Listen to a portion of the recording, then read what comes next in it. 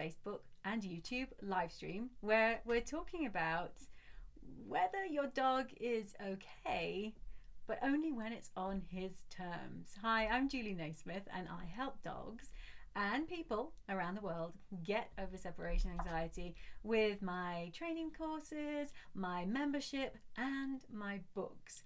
And so this topic came up because I reached out to all of you on my email list. So thank you if you replied to the email that I sent out.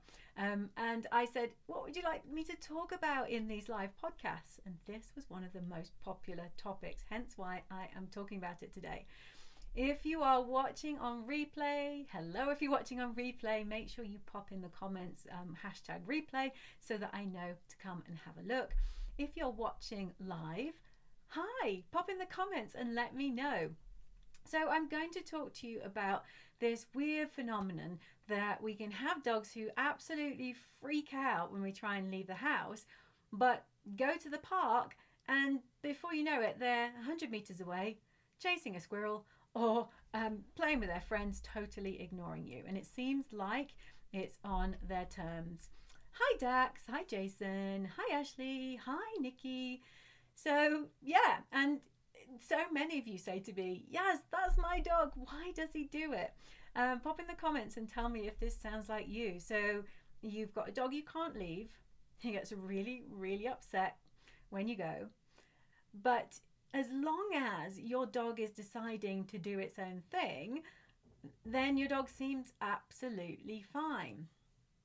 Hi Susie, hi Jody. So yeah, do let me know. Oh, and the other question I have for you, the most important question at the start of my lives is, where are you in the world and is your dog watching with you? If your dog is watching with you, or even if your dog's not watching with you, I need to know your dog's name too. So where are you in the world and what's your dog's name? Pop in the comments and tell me. I am going to be taking questions today as well. If you're anything like me, maybe this is just me, the question will pop into my head and then 10 minutes later it will be gone. So when the question pops into your head, even if I'm not answering questions at that point, go into the comments, put Q so that I know I can find the questions later and just ask away. So let me say a few hellos. Lucy's watching with you in New Jersey, and you must be in the Facebook group, so I can't quite see your name. Dax says, my dog barks out frustration and then lays down after a few minutes. You know, Dax, usually vocalization of that intensity doesn't end up working out too well, but you've still got membership of Heroes, haven't you? So what we could do, Dax, is we could get a video review just to see what's going on and then give you a few pointers and a few tips on that. Hi Emma in London with Ruben. Maggie is watching you from Stoke-on-Trent. Oh, she's asleep. Oh, very good. Roger is playing with his brother. Yeah, it could be. So then the other thing you can try, Dax, is moving away from the door. Kathy says, here is Jojo from Virginia. All right, so I asked the question at the start. Tell me if this has ever happened to you. So if you've got a dog with separation anxiety, which I'm suspecting most of you have, that's why you're on here. I know not everybody has. Hi, Jody. But if you have got a dog with separation anxiety, tell me if this has ever happened to you. You've gone out, you've gone on a walk, you've gone to the park, and your dog just wanders off. It wanders off, it goes and plays with another dog, it chases a squirrel, and there's no recalling.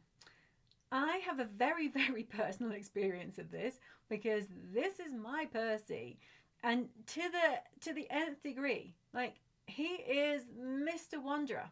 Like, when he's out and about, if he smells a rabbit, if he gets a whiff of a mouse, he's gone. And I mean really gone. Like gone. Totally absorbed, totally focused on the sniff and the smells and the chase. Totally not interested in me. But back when he had separation anxiety, as soon as I even thought about leaving, freak out time. So I have been there. And I too wondered what the heck was going on. Clyde is with my mum at the moment whilst I recover from COVID. Oh, I'm so sorry. Let's now talk about what's going on then with these dogs who can't be left but can be hundreds of meters away from you when you're out and about. The answer is quite simple but also quite complex. The simple answer is, in your dog's head, it all makes perfect sense. And I know that's probably really maddening. You're like, well, just tell me what you mean by that. Dogs have a very, very different way of assessing the world to us. They don't use the same thought process and analysis that we do. They think about things very differently. And one of the ways in which they really think differently to us is their way of deciding safe from dangerous. Now, obviously, when you've got a dog who can't be left, for that dog, as far as we know, being left is dangerous. It's scary. It's threatening. It's just not a good thing. But when your dog's out and about and running off from you, well, clearly they're not feeling threatened. They're not feeling scared. So they've decided, through their slightly different way of looking at the world, that that thing is safe and that thing is not safe. But to us, they look really similar, right? It's like, no, well, one thing is me going out and leaving you and being separate from you, and the other is us being at the park and you not being with me. But dogs look at safe and dangerous in a way that is very different from us. Let me give you an example. So if you've got a dog who doesn't like people, you might have noticed that your dog might be okay with men without hats, but freaks out with a man who has a hat on. So sees a man with a hat, freaks out. To us, a man with a hat, a man without a hat are really quite similar. So we have what Temple Grandin, who's written tons about animals, the welfare of animals, and trying to get inside the way animals think. She says that we have an averaging way of looking at safe and dangerous. Okay, so if I look at a man with a hat, a man without a hat, on average, they're broadly the same thing. But to a dog, and to any animal actually, but let's focus on dogs, a man with a hat is fundamentally different to a man without a hat. The man with a hat may as well be a space alien, may as well be a monster, because the dog sees one change, particularly the scared dog, sees one change and it's fundamentally different. We see one small change and we go, yeah, they're broadly the same. So dogs do this an awful lot. You change one thing and everything changes. So how does that apply to a dog who can't be left, but who seems fine when you're separated at the park? Well, there's something going on that we think those are two very similar situations.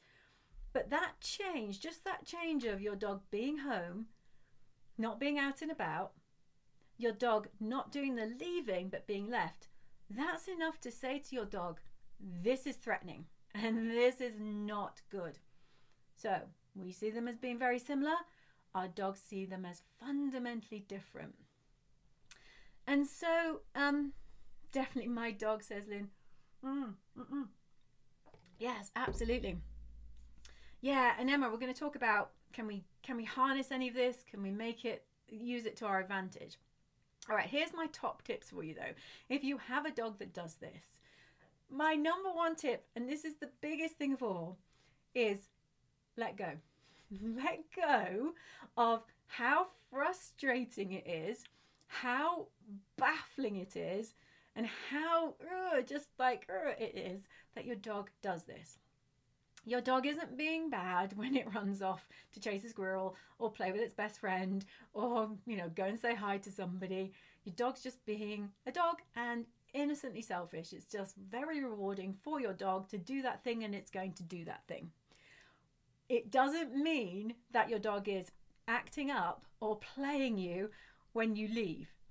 Just because your dog can be okay over the other side of the park doesn't mean to say that they're not freaking out when you leave. They're not putting it on. It's just a very, very different context for them. So the best thing you can do, absolute number one starting point, top tip is just breathe and just say, okay, they're not related. It is different. He's not messing me around when I leave. It's just okay. All right. So you need to kind of let go of this and stop asking yourself over and over again, as I used to do, why? Often with dogs, with any animal, we don't always know why. We can sometimes work out the motivation. I mean, the motivation for a dog who likes to chase squirrels and not come back to you when it's time to go home is they like to chase squirrels.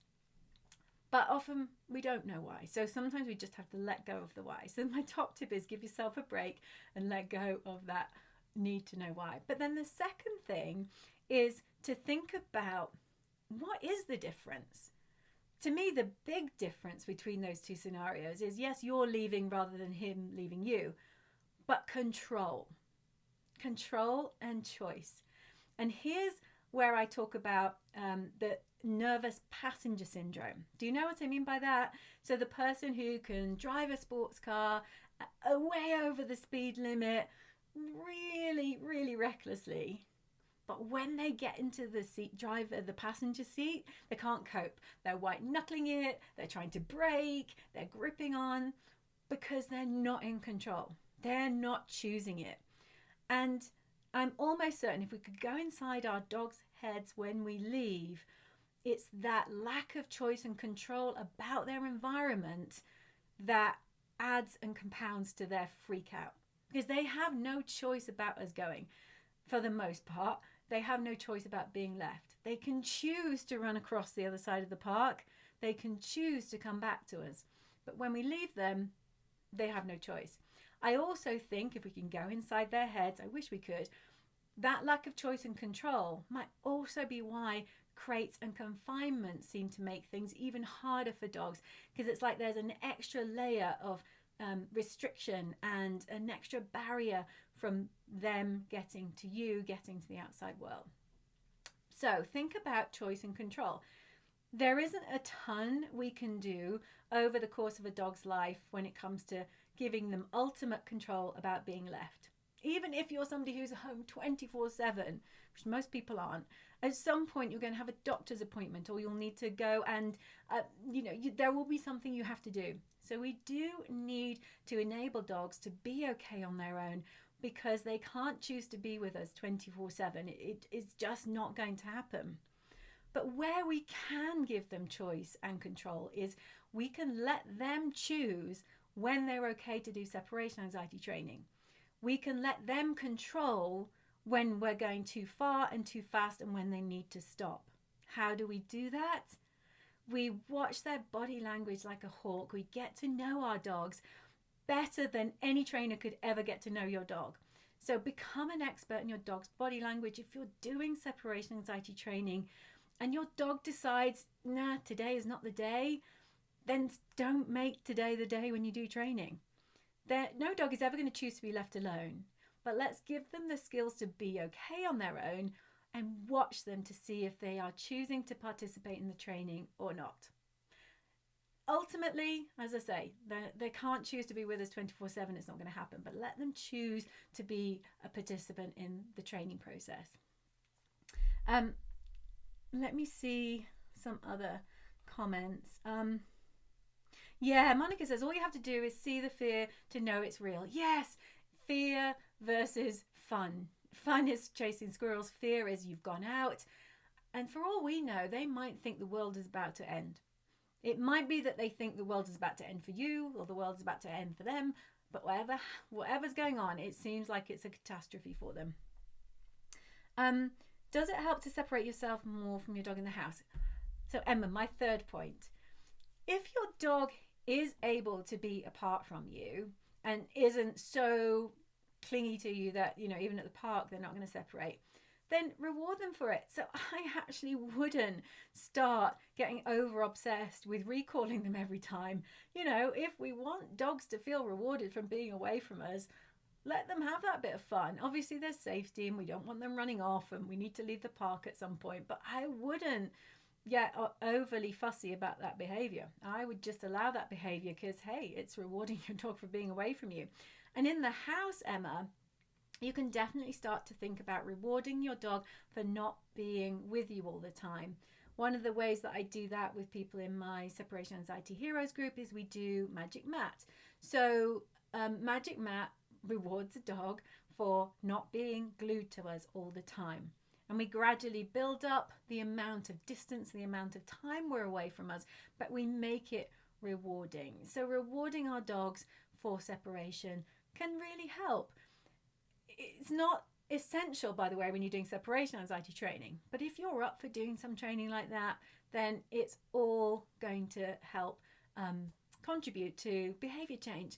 And the other thing that you can think about doing is, instead of forcing separation in the house by closing doors, disappearing out of sight suddenly, allow your dog again to choose and participate, to be in that training process.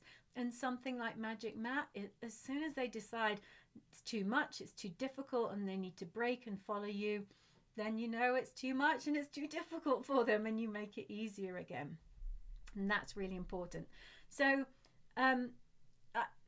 just going back over my 3 things. Number 1, just honestly, just let it go and remind yourself that we think that them running away from us, separation, and us moving away from them, that separation, isn't that different.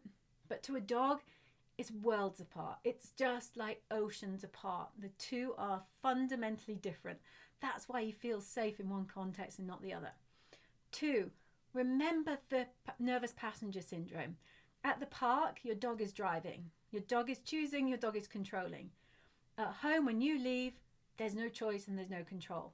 So think about how you can introduce choice and control into training home alone for home alone behavior, and just leaving in general.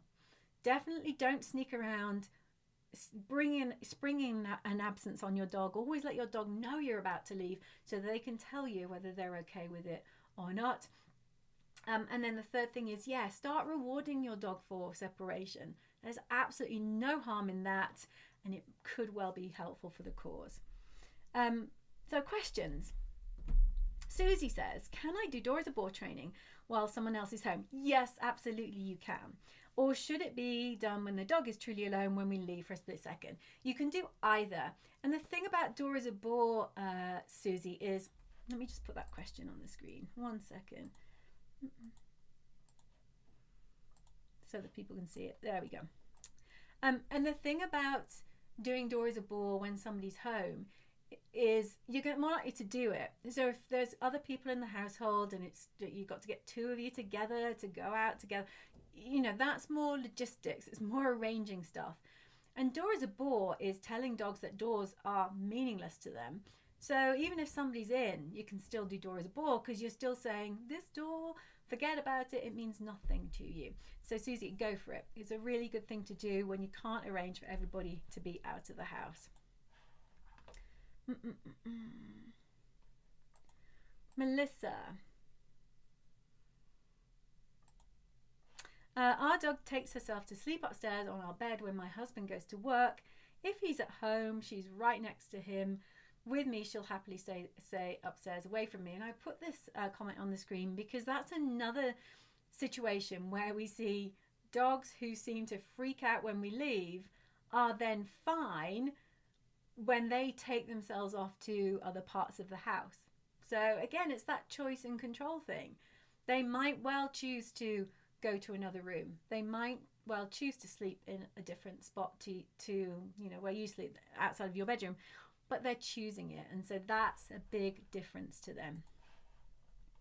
Angie says, my dog is 9 months old and hates being alone and wakes up at night and won't settle again.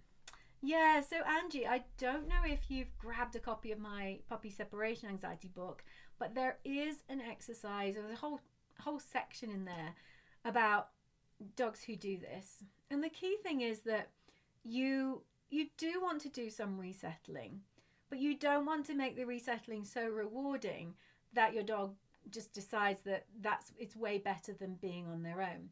So you resettle and go back to bed. You resettle, you go back to bed. And it's called the Night of 1,000 Walks. And if anybody's had a kid who struggled with sleep, you'll know the drill. So you decrease the amount of interaction each time, but you are settling your dog.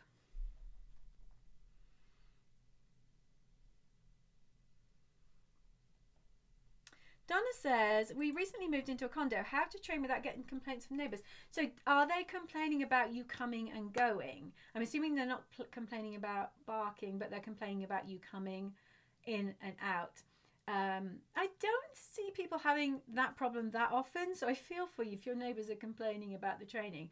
But what you would do, I would just explain to them, you know, this may seem crazy, but I need to get my dog being alone, being okay with being alone, and one of the things I need to do is this training.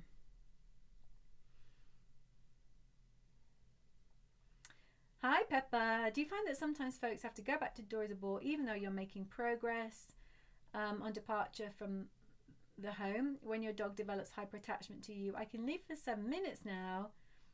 Yeah.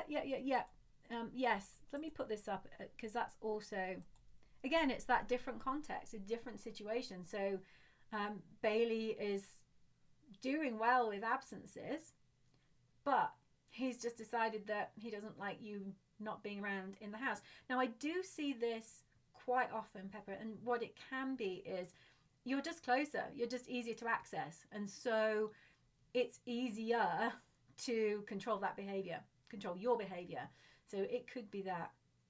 You can, my tips for you are either just roll with it, and I know we've talked about this in Separation Anxiety Heroes, either roll with it or do magic map. When I say roll with it, keep going with the departure exercise, because that usually does help with the home alone attachment. But you're doing really well with the home alone training. I know it's taking you a while to get there, but you are doing well and you're doing that consistently. So I'd keep focusing on that, and then let's see if the other starts to improve.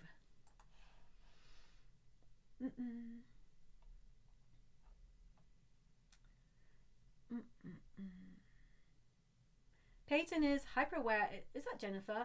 Hyper aware of movement around her. So if she's asleep, she springs to attention. Yes, if we get up off the couch and move around the house. Will this eventually improve as she gets older? More likely than not, yes. It will improve with the home alone training. I play hide and seek with her and she will hold a weight until release, which isn't the same as being relaxed. I missed the first part of Hero session, so here I am. Oh, I thought it was you, Jennifer. When you're joining these lives from the group, it doesn't put your name up.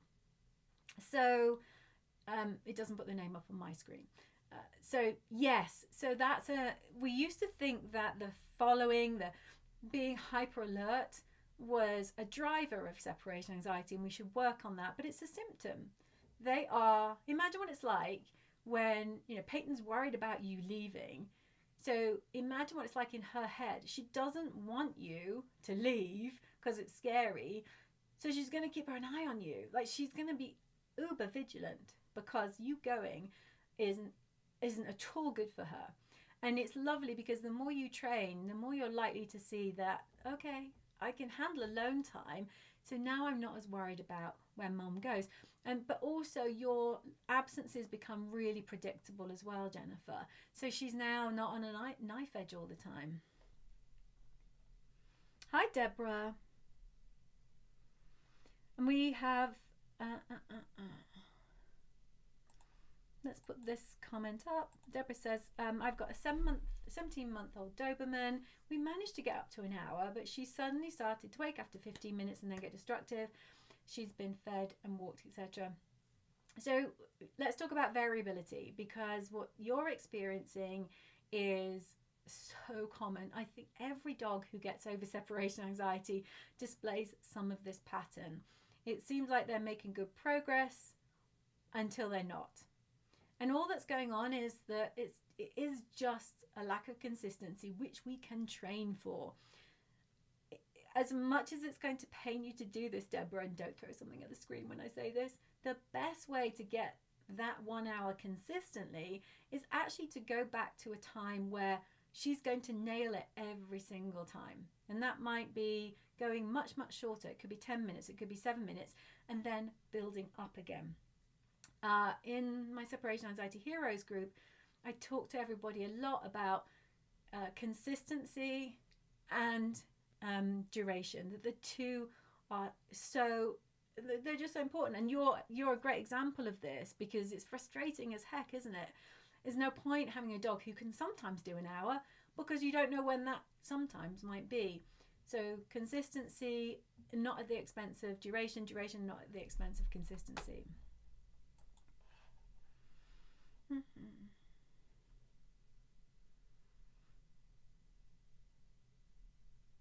Yeah, Lisa, let me just add that. Got any advice for when we come back? She goes nuts barking and very excited. We tried to get her to go onto her bed before we come in, but it takes her ages to settle back and forth to the door. Yeah, you know, with a bouncy, excited greeter, trying to get them to do something really unnatural when you come through the door, which is relax on a bed, is like pushing water uphill. It's much better to think, what does she need right now? And how can I give her that in a way that isn't going to drive us all bonkers? So she needs interaction, especially if you've been doing the training. She doesn't just want your interaction, she needs your interaction. And she's got way too much energy to settle down immediately. So it sounds counterintuitive, but think about getting her to do some gentle games or some fun training. I love, with excited, bouncy, noisy greeters, especially the barky ones, to teach them to go and get something. So go get favorite toy or ball or whatever it is. Because what I love about that is it's structured interaction with you. She doesn't have to immediately switch off, because that's really hard for them to switch off all that energy. And if she's got something in her mouth, she's not going to be as loud. And then just start dialing that down gradually. And then ask her to relax, because it's so hard to get them to go from ding to relax. They're like kids that you can tell a kid, you can maybe shout at a child, if people still do that, to sit still on a chair. But the kids are wriggling all over the place because they're not ready to sit still on the chair.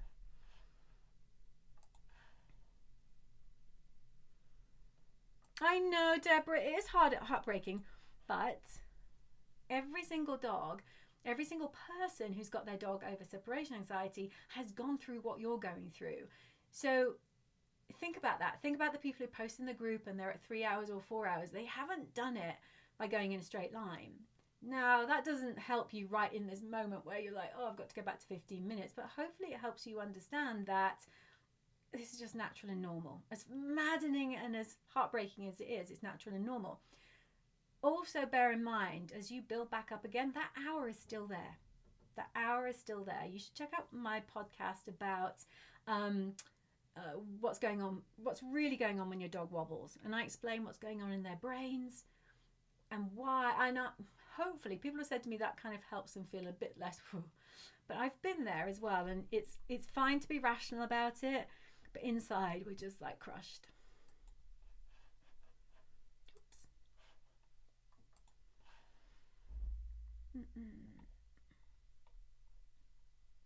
Emma, dog's been doing well and had got to 10-15 minutes. Just this week he's been barking when I leave, but stops after 3 or so minutes. Should I continue with this or go back a stage? Emma, one of the reasons why, and this is quite similar to what I was just saying to Deborah, the big reason, Emma, why I say what I'm about to say, which is, yeah, I agree, I think you should go back a stage, is that for some dogs, they can bark for a bit and then be quiet, and the training progresses, right? It's just what they do, and then they seem to get over that initial barking. But I've seen way more dogs for whom barking meant things are only going to get worse. So you either get more barking a few sessions down the line, the barking lasts longer, it gets louder, and so it becomes a bigger problem to solve. And just as I was saying to Deborah, if you're going to go back, you haven't lost that 10-15 minutes. You're just going to build back up to it again. Okay? But I know that's probably not what you want to hear. I mean, I would never suggest that you just see what happens and let your dog get on with it. And I suspect you've probably had a little peek at that barking and let it run for a little bit just to see. And probably your gut tells you that, oh, he's stopping now. Yeah, but 3 minutes is quite a long time for them to bark. And what I worry about is that that 3 minutes goes back to being 5 minutes, back to being 10 minutes, and then we're stuck again.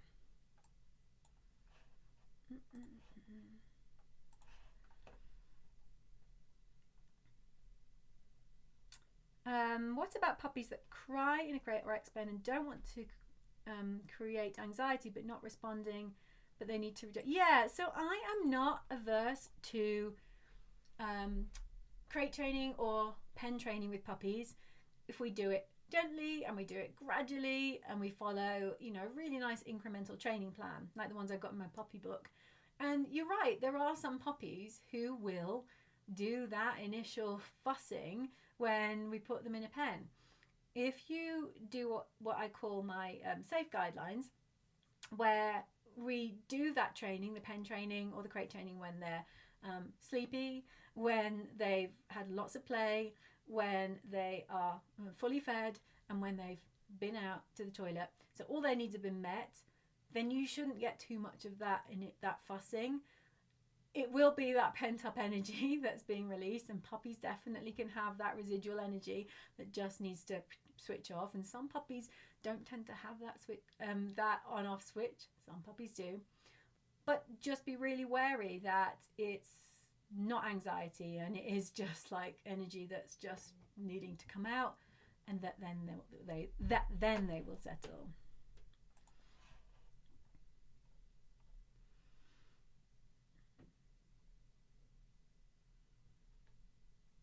A couple more questions. Yeah, so a few of you are saying my dog will bark it out for a few seconds or a few minutes. I've seen all too often that those few seconds or those few minutes can go on longer, but it's your dog, and if you think that your dog is okay after those few seconds and it is just a protest bark that you've gone, then you can decide to continue. Very hard for me to say definitively because I'm not looking at your dog. If you think there's no anxiety there and it is just protest barking, then you can choose the course of action. Monica says, are situational drugs like trazodone used to manage an absence, or can they be used as part of training? Yeah, so some people do use it as part of training, Monica. So we should definitely, in fact, if you type that in the Separation Anxiety Heroes group, you'll see a lot of posts about people who are currently doing that or have done it in the past.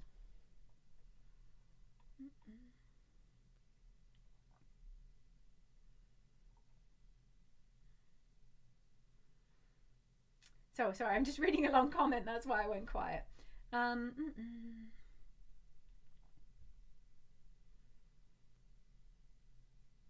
Yeah, no, I totally get that. It's just it's getting the, yeah, well, you know what, I would think about starting the home alone training, because sometimes the issue is that they are worried about us leaving, and so until they understand that we can leave and that they're safe, they will never stop following us around. So think about starting with something really easy like door is a bore. I think for you that's almost certainly where you should start, and build up from there, and reward your dog for being apart from you with something like Magic Mat.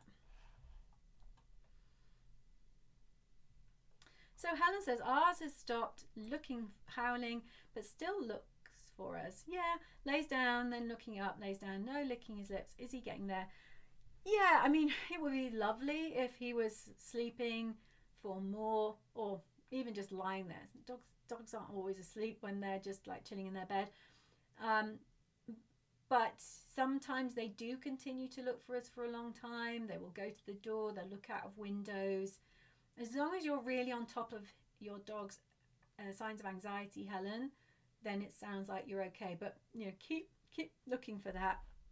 The following, the moving around, isn't in and of itself a sign of anxiety, so keep on top of the other stuff. But yeah, it sounds like it could be okay. Most dogs will wander about or go to a door or look out of a window or at least get up out of their bed when we first start the training. But when you've been training for a while and you've got to an hour, I'm wanting to see a dog that's more checked out. So like, okay, fine. Yeah, go and do what you think. No, safest for separation anxiety training as well, Monica. Yeah. So for any of those training scenarios where situations where we're trying to get a puppy to be okay with something that it's currently not, and we aren't certain whether they're frightened of, for example, the crate, or just don't want to be in the crate because it's not as fun, then making sure all their needs are met before we train can give us a little bit of an insight. If it's, I just don't want to be in here because it's boring, then, when they're tired, when they've had, loads of play and lots of fun, and they've got a full tummy, they're less likely to be as fussy. But it doesn't always, not always the case, but we try different things and different tests when we can. You see, Bob, I wouldn't let them cry for very long at all. What I would do is I'd be working through my crate training plan, and then I go back a step. Now, there are plenty of trainers who'll say it's 3 minutes, it's 5 minutes. I've just seen it go badly. And so we can see, the thing about puppies or dogs who don't like being crated or who don't like being home alone, we can still use this training method of gradual exposure to the thing they don't like to increase their tolerance, right? So if they're bored or frustrated at being home alone or in a crate, we can still change that association with this training. So it's an unpleasant association. It's not fear, but it's not great. And so if we gradually expose them to the thing that makes them frustrated, but we do it in tiny increments, it's helping them learn to cope with the boredom and frustration of not always being center of attention. So we often think that desensitization or gradual exposure just works for fear. It works on any emotion. It works on disappointment or boredom or frustration just as much as it works on fear. Yay, Monica, safe is my best scenario. Yes, that's fantastic, and you should definitely capitalize on that. Dax, definitely ask your vet about this, because plenty of dogs are on both, and I think what your vet will say to you is just keep an eye for the symptoms of serotonin syndrome. I'm not a vet, so I can't really comment on how common it is. It seems like there are a lot of dogs on both, but there doesn't seem to be many dogs who suffer from the syndrome. But definitely check in with your vet. Ask them if you think that's okay. What are the signs?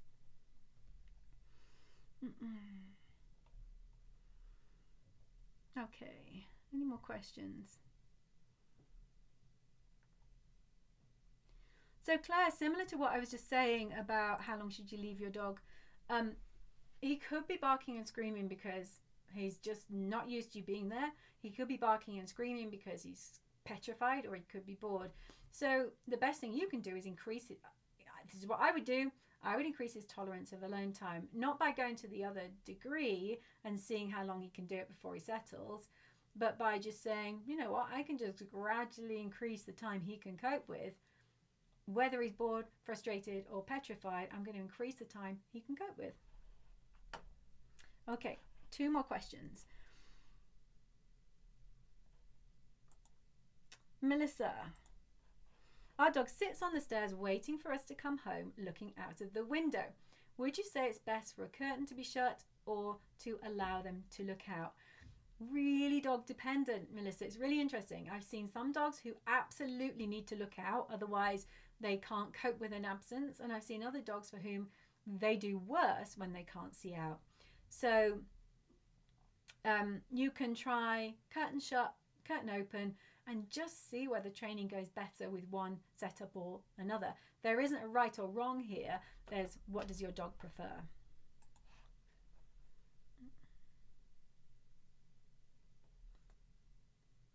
Okay, I'm going to finish on this question because it seems to be the theme today. We don't always know. We just don't always know. It's very, very difficult with some dogs to tell the difference. It can be an explosive response to fear or an explosive response to frustration and fear of missing out. Equally, dogs could be frustrated because they think something scary is going to happen. Think about if you're a parent, have you ever got frustrated and cross and angry with your kids because they're going out to do something dangerous that really worries you, and you've told them don't do that thing because when you go out and you do that thing, I just sit and I worry. You get frustrated before they go because they're going to do something that scares you. So a dog could be frustrated and scared at the same time. The one thing we do know about all of these dogs is they can't handle alone time. They're struggling with handling alone time. So if you can't definitively say, he's not scared, he's just bored, he's just frustrated, if you can't definitively say that, and which from the majority of dogs we really, really struggle, then what can we work on? Well, we can work on increasing their tolerance of being alone. That's the thing they've got in common. They don't tolerate being alone, whether that's driven by frustration, whether it's driven by fear. They can't tolerate being alone. That's how we approach it. All right, so thank you so much for joining me, everyone, today. I know there's a few questions that I missed, but I will try and pop back into the comments later and respond to those.